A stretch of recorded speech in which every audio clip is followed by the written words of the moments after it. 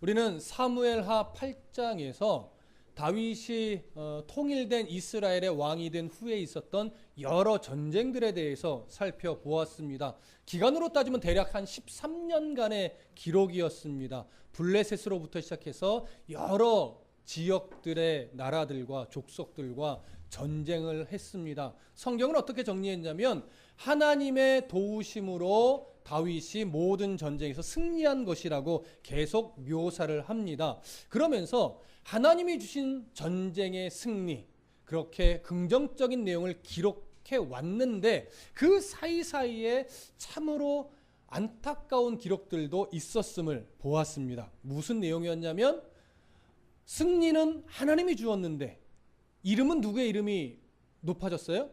다윗의 이름이 높아졌어요. 승리는 하나님이 주셨는데 다른 나라의 백성들은 누구의 종이 됐어요? 다윗의 종이 되었어요. 이렇게 왠지 모르게 이 사무엘하 8장은 하나님이 주신 승리와 하나님이 당연히 높아져야 될 자리에 자기도 모르게 다윗이 높아져 가 있는 그런 모습이 비교됐습니다. 그러면서 그 모습은 그 앞에 다윗이 하나님 앞에 몇 번의 교만을 떨었던 흔적들을 살펴보았었는데 그 교만의 근거가 되는 내용으로도 볼 수 있다라고 하는 사실을 보았죠. 그러나 다윗에 대한 이 안타까운 내용들은 사실은 책망이기보다는 다윗이 하나님의 은혜로 성숙해져 가고 연단되어져 가는 모습이 있었지만 그럼에도 불구하고 그가 아직 넘어서지 못했던 세상의 가치관, 그 한계치를 보여주는 것으로서 의미가 있다라고 하는 부분까지도 정리를 했습니다. 오늘은 이제 9장으로 넘어오면서 다윗이 13년간의 전쟁을 마치고 하나님이 다윗에게 평안의 시대를 주었을 때 그가 이제 이전에 요나단과 언약을 맺었던 그 언약을 기억하고 그 요나단의 가문, 성경은 사울의 가문으로 표현하고 있는데 그 가문의 은혜를 베푸는 이런 모습들을 우리가 보게 됩니다. 그 속에 하나님이 어떠한 메시지를 담아 놓았는지 우리 함께 살펴보도록 하겠습니다. 1절 함께 읽습니다. 시작. 다윗이 이르되 사울의 집에 아직도 남은 사람이 있느냐? 내가 요나단으로 말미암아 그 사람에게 은총을 베풀리라 하니라. 자, 사울의 집에 남아 있는 사람을 찾으라고 하는 다윗의 명령인데 이 명령이 있었던 시점이 어느 때냐? 사울과 요나단이 죽었던 길보아 산의 전투를 기점으로 본다면 대략 17년에서 18년 정도가 지난 시점입니다. 다윗이 통일된 이스라엘의 왕이 되었을 시점으로 본다면 대략 13년의 시간이 지난 후쯤 되는 요때이죠. 이때 다윗은 이제 평안의 시대를 살게 되면서 무엇을 기억하냐면 그 예전에 내가 사랑했던 형님 요나단이죠.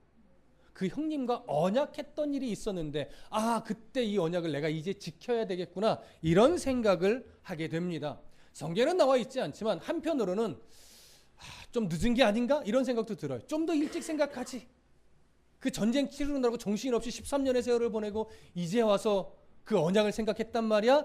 이렇게도 한편으로는 볼 수 있지만 성경은 그런 부분에 초점을 두지 않고 평안의 시대가 딱 살게 되면서 드디어 요나단과의 언약을 지키려고 하는 다윗의 모습을 그리 부정적으로 그리고 있지는 않습니다. 긍정적으로 그리고 있다라고 하는 것 여러분 기억하시고요. 그러면 이 언약은 어떻게 성경에 어떻게 기록되어 있는가 한번 확인을 해보시죠. 사무엘상 20장으로 가봅니다. 사무엘상 20장 14절부터 16절까지 사무엘상 20장 14절부터 16절까지 자 찾으셨으면 함께 읽겠습니다. 사무엘상 20장 14절부터 16절까지 시작.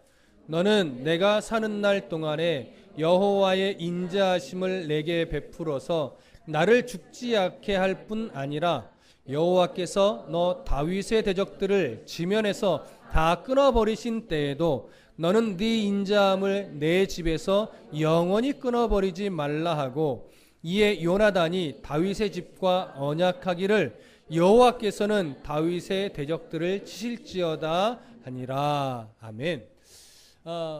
다윗이 요나단의 어떤 가문을 지키고 보호하게 하자, 이런 언약이지만 사실은 이거는 거의 쌍방의 언약이라고 보아도 무방합니다.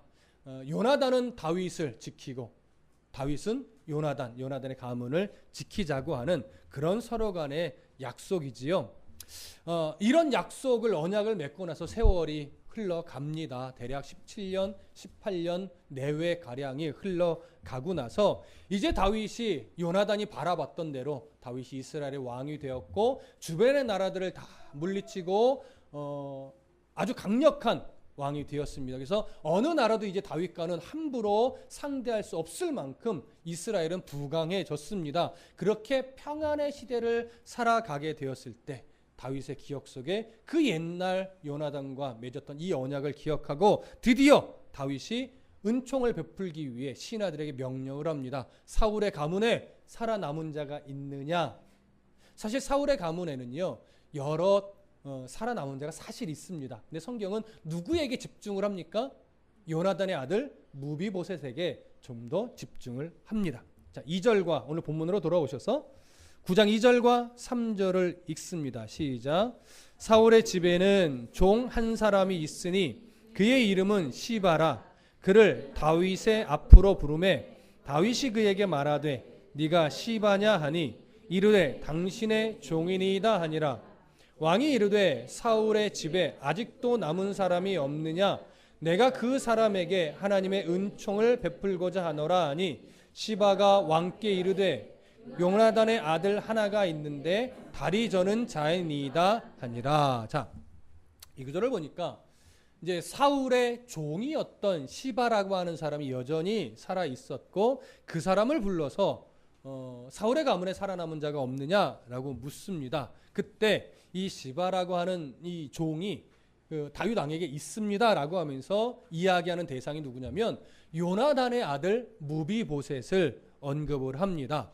여러분, 요나단의 아들 무비보셋 성경에 어디에 기록되어 있냐면 사무엘하 4장 4절에 기록되어 있습니다. 한번 좀 살펴볼까요? 사무엘하 4장 4절. 자, 함께 읽습니다. 사무엘하 4장 4절 시작. 사울의 아들 요나단에게 다리 저는 아들 하나가 있었으니 이름은 무비보셋이라. 전에 사울과 요나단이 죽은 소식이 이스라엘에서 올 때에 그의 나이가 5살이었는데 그 유모가 안고 도망할 때 급히 도망하다가 아이가 떨어져 절개되었었더라.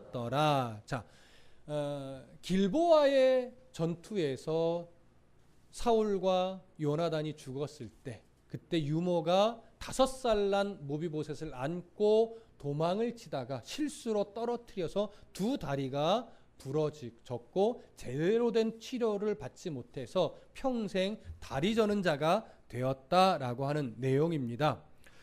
시바는 다윗에게 이러한 무비보셋에 대해서 뭐라고 설명을 하냐면 요나단의 아들 하나가 있는데 다리 저는 자입니다. 이렇게 이야기를 합니다.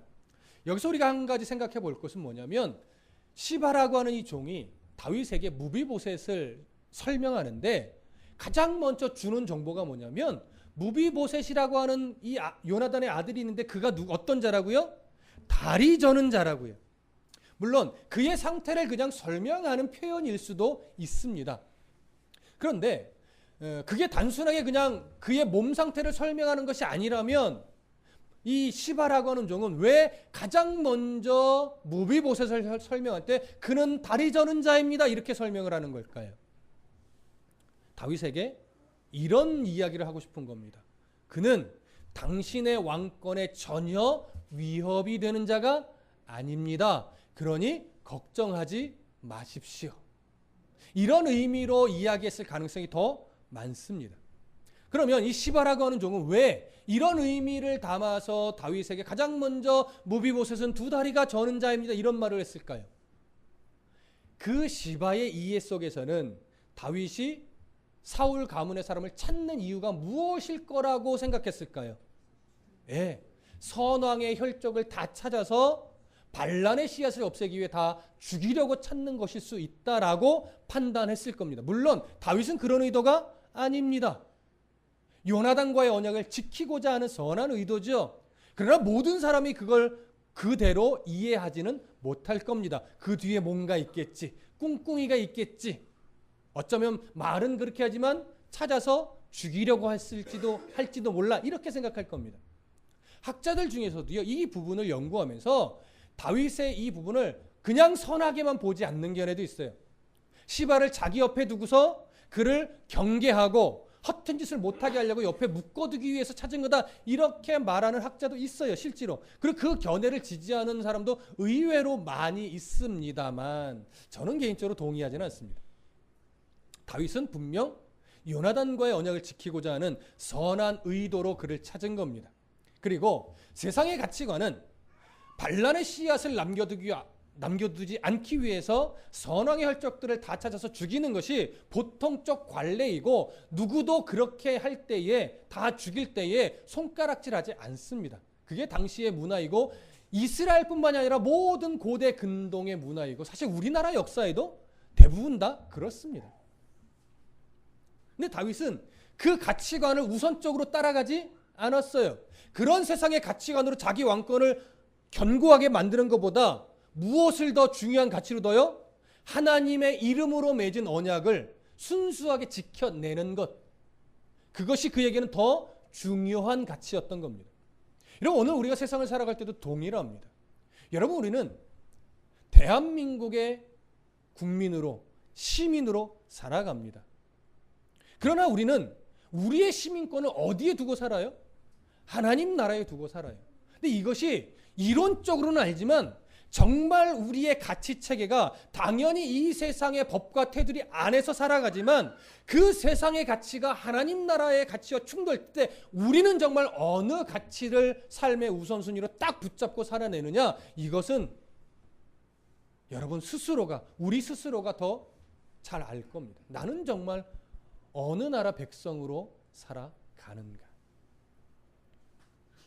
다윗은 그 부분에 있어서는 참 좋은 본을 보였습니다.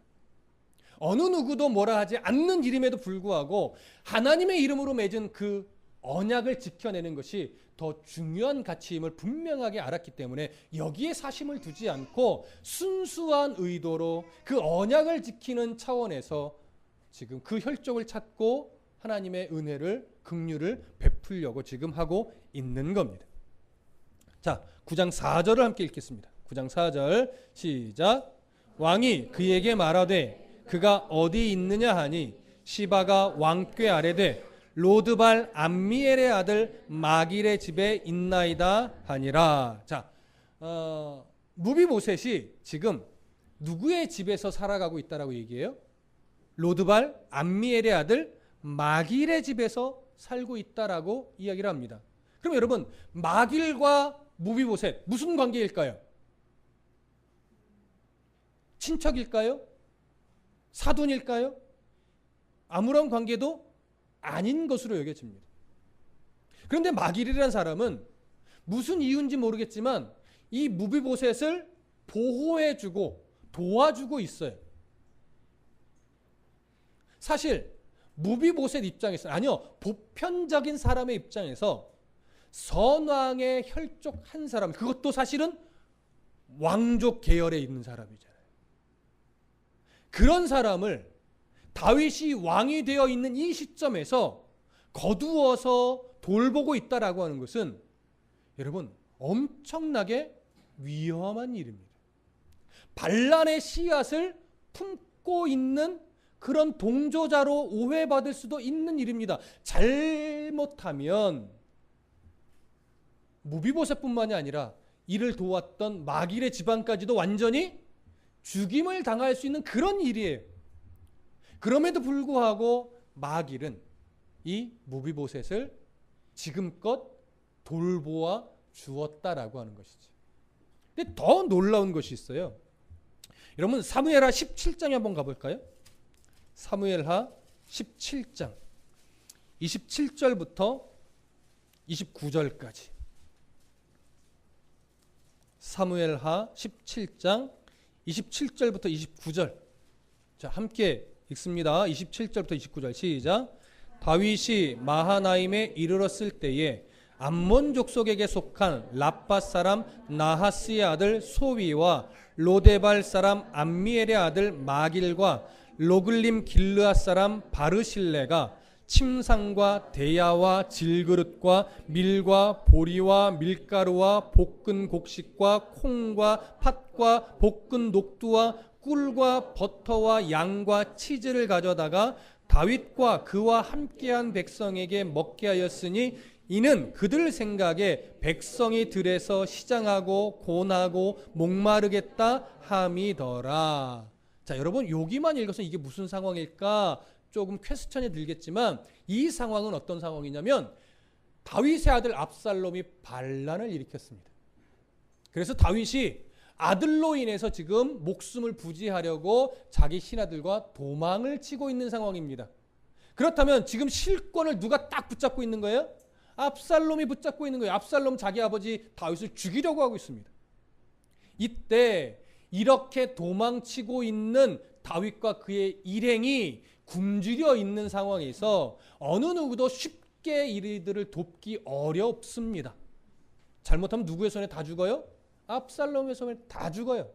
그런데도 이때 마길은 주변에 함께하는 몇 사람과 함께 식량을 이들에게 다윗에게 그 신하들에게 공급을 하는 이런 장면입니다. 이런 두 가지 상황을 놓고 볼 때 마길이라고 하는 인물은요, 어떤 신념이나 이념이나 정치나 이런 걸 다 떠나서 도움이 필요한 자에게 손을 내밀어 돕기를 주저하지 않았던 어떻게 보면 참 의로운 인물입니다. 성도의 삶이 사실은 이래야 됩니다. 굉장히 어려운 일이죠. 예수님도 사마리아 여인의 이 이야기나 성경의 곳곳에 누가 친구냐라는 이야기를 합니다. 여러분 그리스도인에게 있어서는 누가 친구일까요? 누가 우리의 친구일까요? 예수 믿는 우리가 친구일까요? 물론 우리도 친구죠. 근데 성경에서는 누가 친구냐라고 할 때요, 당신의 도움이 필요한 사람이 바로 친구입니다. 이렇게 이야기를 합니다. 나의 도움이 필요한 사람, 그게 같은 믿음의 지체일 수도 있습니다. 그게 가족일 수도 있습니다. 그게 이웃일 수도 있고 형제일 수도 있고 친구일 수도 있습니다. 영적인 도움일 수도 있습니다. 때로는 물질의 도움일 수도 있습니다. 때로는 마음을 함께 나누는 도움일 수도 있습니다. 때로는 손 붙잡아주는 도움일 수도 있습니다. 그 도움이 필요한 자에게 도움의 손길을 내밀어 주는 것이 바로 성도가 해야 될 일이고, 그것이 바로 우리의 친구여야 하는 겁니다. 그런 사람이 친구란 이야기입니다. 그러나 여러분 그건 지혜롭게 해야 됩니다. 어디까지 도와야 됩니까? 물질이라면 어디까지 도와야 됩니까? 마음이라면 어디까지 내어주어야 됩니까? 이거는 참 어려운 겁니다. 제가 어떻게 얼마까지는 괜찮고요, 얼마부터는 안 됩니다, 이거를 정할 수는 없죠. 마음을 어디까지 줘야 됩니까? 이걸 누가 정할 수 있겠습니까? 그래서 기도해야 됩니다. 그래서 하나님께 물어야 됩니다. 그래서 내가 하나님 앞에서 할 수 있는 선을 기도하며 정하셔야죠. 어떻게, 어디까지 내가 나의 도움이 필요한 자에게 그 도움의 손길을 내밀어 줄 수 있을까? 근데 거기에는 뭐가 있으면 안 돼요? 어떤 사사로운 이익이나 감정이나 이것에 매이지 않으려고 부단히도 노력하셔야 돼요. 이게 성도입니다. 이게 마길이라는 인물이 그걸 해냈다라고 하는 거예요. 그래 얼마나 참 놀랍습니까? 저는 한편으로는요, 다윗도 대단한데요, 마길이라는 인물이 이 본문을 준비하면서 참 놀랍더라고요. 어떻게 이럴 수 있을까? 이게 우리가 그냥 성경에서 가볍게 한 줄씩 지나치니까 놓치죠. 마길과 같은 사람이 정말 성도의 본을 보이는 사람이에요. 저는 다윗보다 마길이 더 멋집니다. 저도 그런 마길과 같은 어떤 삶을 살 수 있었으면 참 좋겠습니다. 여러분들도 마길과 같은 그런 손을 내밀어주는 사람이 될 수 있었으면 참 좋겠습니다. 그렇게 마길이 무비보셋을 돕고 있었습니다. 그 이야기를 이제 다윗이 듣고 그를 부릅니다. 9장 5절 함께 보시죠. 함께 읽습니다. 시작. 다윗 왕이 사람을 보내어 로드발 암미엘의 아들 마길의 집에서 그를 데려오니. 자, 여러분 그림을 한번 그려보십시오. 아무것도 모르고 마길의 집에서 자기의 삶을 살아가고 있는 무비보셋입니다. 근데 어느 날 갑자기 다윗의 신하들이 찾아와서 무비보셋이냐 묻고 그를 궁으로 데려가려고 합니다. 그의 심정이 어땠을까요? 그 순간 무섭죠. 떨리죠. 근데 이때 무비보셋의 나이가 몇 살이었을까요? 여러분 길보아 전투 때의 무비보셋의 나이가 5살입니다. 그리고 길보아 전투가 끝나고 나서 다윗이 유다 지파의 왕이 되고서 몇 년을 보냈죠? 7년 6개월 정도를 보냈습니다. 그리고 나서 통일된 이스라엘의 왕이 됐습니다. 그러면서 여러 나라와 전쟁을 벌였는데 전쟁을 대략 몇 년 했어요? 13년 정도를 했어요. 이 기간을 합쳐보면 대략적 나오죠. 25세 내외가 될 겁니다. 조금 더 많을 수도 있고 조금 더 적을 수도 있고 그러나 한 25세 정도 됐을 거예요. 25세라면요. 사실 그 당시 문화 안에서 지금 상황과 정치 판도와 내가 지금 이 상황이 무슨 상황일까라고 다 어느 정도는 분별할 수 있는 나이예요. 그런데 보십시오. 다윗이 신하들을 보내서 네가 요나단의 아들 무비보셋이냐? 나와 함께 다윗 왕에게 가자라고 그를 데리고 가려고 합니다. 여러분 얼마나 가슴이 떨렸을까요? 얼마나 무서웠을까요? 아마도 그들과 함께 다윗 궁으로 가는 내내 어쩌면 자기 인생을 후회하고 자기 인생을 원망하며 내가 이제 곧 얼마 있으면 다윗의 손에 죽을 수도 있겠구나 이런 생각에 어떻게 하지도 못한 채로 그저 터벅터벅 한 걸음씩 갔었을 것이라고 여겨집니다. 자, 그런 무비보셋이 이제 다윗 앞에 섭니다. 6절부터 8절까지 함께 읽겠습니다. 시작. 사울의 손자 요나단의 아들 무비보셋이 다윗에게 나와 그 앞에 엎드려 절하매 다윗이 이르되 무비보셋이여 하니 그가 이르기를 보소서 당신의 종이니이다. 다윗이 그에게 이르되 무서워하지 말라. 내가 반드시 네 아버지 요나단으로 말미암아 네게 은총을 베풀리라. 내가 네 할아버지 사울의 모든 밭을 다 네게 도로 주겠고 또 너는 항상 내 상에서 먹을지니라 하니라. 그가 절하여 이르되 이 종이 무엇이기에 왕께서 죽은 개 같은 나를 돌아보시나이까 하니라. 자, 이 구절을 보면 지금 무비보셋의 심정이 고스란히 드러납니다. 무비보셋은 다윗을 보자마자 어떻게 행동해요? 넙죽 엎드려 절합니다. 이건 어떻게 보면 참 당연하죠. 어느 누구라도 그럴 겁니다. 그렇게 엎드려 있는 무비보셋에게 다윗이 네가 무비보셋이냐? 묻습니다. 무비보셋이 즉각적으로 뭐라고 반응해요? 네, 저는 당신의 종입니다. 여러분 왜 이렇게 반응했을까요? 아마 이 목소리가 무지하게 떨렸을 거예요. 그 떨림을 가지고 정말 조심스럽게 그러나 즉각적으로 보시옵소서 나는 당신의 종입니다. 여러분 무슨 의미겠어요? 저는 당신에게 위협이 되는 사람이 아닙니다. 저는 평생 한 번도 반란을 꿈꿔본 적이 없습니다. 이런 의미죠. 그러니 나를 죽이지 말아 주십시오. 살려주십시오. 사실은 이런 간절함이 이 떨리는 이 목소리에 다 담겨 있죠. 다윗이 그의 마음을 알았을까요? 몰랐을까요? 알지요. 그러니까 가장 먼저 또 무슨 말을 해줘요? 무서워하지 말라. 무슨 의미예요? 나 너 죽이려고 부른 거 아니야. 네. 그러면서 다윗이 이렇게 말합니다. 네 아버지 요나단으로 말미암아 네게 은총을 베풀리라. 여러분 저를 한번 보십시오.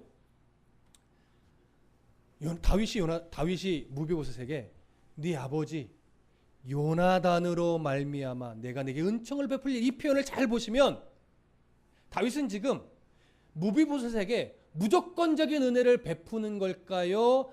요나단과 맺은 언약을 신실하게 이행해야 되는 의무를 가진 자로서 그 책임을 다하는 걸까요? 여러분 후자입니다. 책임을 다하는 거예요. 언약에 근거한 책임을 신실하게 이행하려는 거예요. 물론 여기에 선한 의도도 있고 일방적으로 은혜를 베푸는 마음도 있지만 언약을 이행하는 겁니다. 이게 왜 중요하냐면 자칫 우리는요, 이 본문을 통해서 어쩌면 다윗이 이렇게 당연히 죽여야 되는 사울의 혈족인데 이 사람이 이런 은혜를 베풀까 하면서 다윗의 선한 의로움을 마치 공로화해서 뭐 할 수 있어요? 높일 수 있어요. 다윗의 이 모습이 귀하지 않다는 것이 아닙니다. 귀합니다. 쉽게 할 수 없는 일이면 분명합니다. 그러나 이 모습은 다윗의 의로움이 강조되는 것이 아니라 다윗이 무엇에 책임을 다하는 자였다는 걸 강조하는 거예요. 하나님의 이름 아래서 맺은 그 언약을 신실하게 책임을 다하려고 하는 그의 태도. 여러분, 여기에 더 초점이 있는 거예요. 그런 하나님 앞에서 맺은 그 언약들을 신실하게 지켜가는 것, 그것 우리들도 마땅히 해야 되는 겁니다. 우리가 누구와 맹세를 한 것은 아니지만 우리가 마땅히 하나님의 자녀인 자로서, 마땅히 그리스도인이라는 이름을 가진 자로서, 하나님의 나라와 의를 구하는 자로서 우리가 이 세상에서 하기 싫어도 마땅히 해야 될 여러 일들이 있단 말이죠. 그 일이 어떤 면에서는 최선을 다한 모습도 있고 어떤 면에서는 참 게을렀던 모습도 있고 어떤 면에서는 이것도 아니고 저것도 아닌 면도 다 있습니다. 그리고 오늘 우리는 뭐예요? 이것도 아니고 저것도 아닌 면이 보여진다면 여기선 분명하게 내가 이건 바꿔야 되겠다. 내가 게으른 면이 기억난다면 어떻게 해요? 빨리 이 게으름에서 탈출하여 더 적극적으로 내가 하나님의 자녀로서 해야 될 일들을 감당해야 되겠다. 이런 결단을 하셔야 되는 거예요. 하나님 안에서 내가 해야 될 일들을 빨리빨리 생각하셔서 점검하셔서 잘 분별하여서. 자, 그렇게 다윗은 무비보셋에게 내가 지금 너를 부른 이유는 너를 해치고자 함이 아니라 네 아버지 요나단과 맺은 그 언약을 내가 지켜서 너에게 그 언약대로 은총을 베풀기 위함이다 라고 말하면서 내용이 뭐냐? 그 언약의 내용이 내가 네 할아버지 사울의 모든 밭을 다 내게 도로 줄 것이다, 이 얘기를. 이건 뭐냐면 너희의 가문의 재산을 다 회복시켜 줄 거야, 이 얘기예요. 여러분, 이거 상당히 위험한 일인 거 아시죠? 여러분, 재산을 회복시켜 주는 것, 그것도 선왕의 후손에게 재산을 회복시켜 주는 건 무지하게 위험한 일입니다. 왜일까요? 바로 그것이 반란의 자금으로 쓰여질 수 있기 때문에. 그럼에도 불구하고 이 약속을 지켜감에 있어서 다윗은 뭐하지 않았어요? 주저하지 않았어요. 그리고 또 하나, 너는 항상 내 상에서 먹을 지니라. 이게 뭐예요? 너를 왕의 왕족으로서 하나의 왕자처럼 내가 뭐 해주겠다? 대우하겠다는 얘기예요. 학자들 중에는요, 이 표현을 어디까지도 생각하냐면 다윗 왕이 국정을 논하는 자리에서 발언권까지 주는 것으로도 보기도 해요. 저는 개인적으로 거기까지는 보지 않습니다. 어떤 국정에 참여하는 자로까지 세워주었다라고 보긴 좀 어렵지만 그래도 하나의 왕족으로서 대우를 해주었다라고까지는 여겨집니다. 이렇게 해서 그의 재산도 회복시켜주고 그의 어떤 권위, 이 위치도 많이 회복시켜 주었음을 우리가 보게 됩니다. 여기까지만 해도 무지하게 대단한 일이에요. 이게 사실 있을 수 있는 일이에요? 있을 수 없는 일이에요? 있을 수 없는 일입니다. 그랬더니 이렇게 말하는 다윗의 말을 듣고 무비보셋은 어떻게 여겼을까요? 믿어졌을까요? 믿어지지 않았을까요? 믿어지지 않죠. 이게 말이 되는가? 그러니까 무비보셋이 8절처럼 반응을 하는 겁니다. 함께 읽어볼까요? 시작. 그가 절하여 이르되 이 종이 무엇이기에 왕께서 죽은 개 같은 나를 돌아보시나이까 하니라. 한편으로는 믿을 수 없었을 겁니다. 한편으로는 너무나 놀랐을 겁니다. 또 한편으로는 감격했을 수도 있습니다. 자, 이런 무비보셋.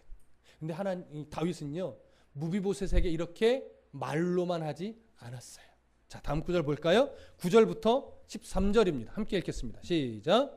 왕이 사울의 종 시바를 불러 그에게 이르되 사울과 그의 온 집에 속한 것은 내가 다 네 주인의 아들에게 주었노니 너와 네 아들들과 네 종들은 그를 위하여 땅을 갈고 거두어 네 주인의 아들에게 양식을 내주며 먹게 하라. 그러나 네 주인의 아들 무비보셋은 항상 내 상에서 떡을 먹으리라 하니라. 시바는 아들이 15명이요 종이 20명이라.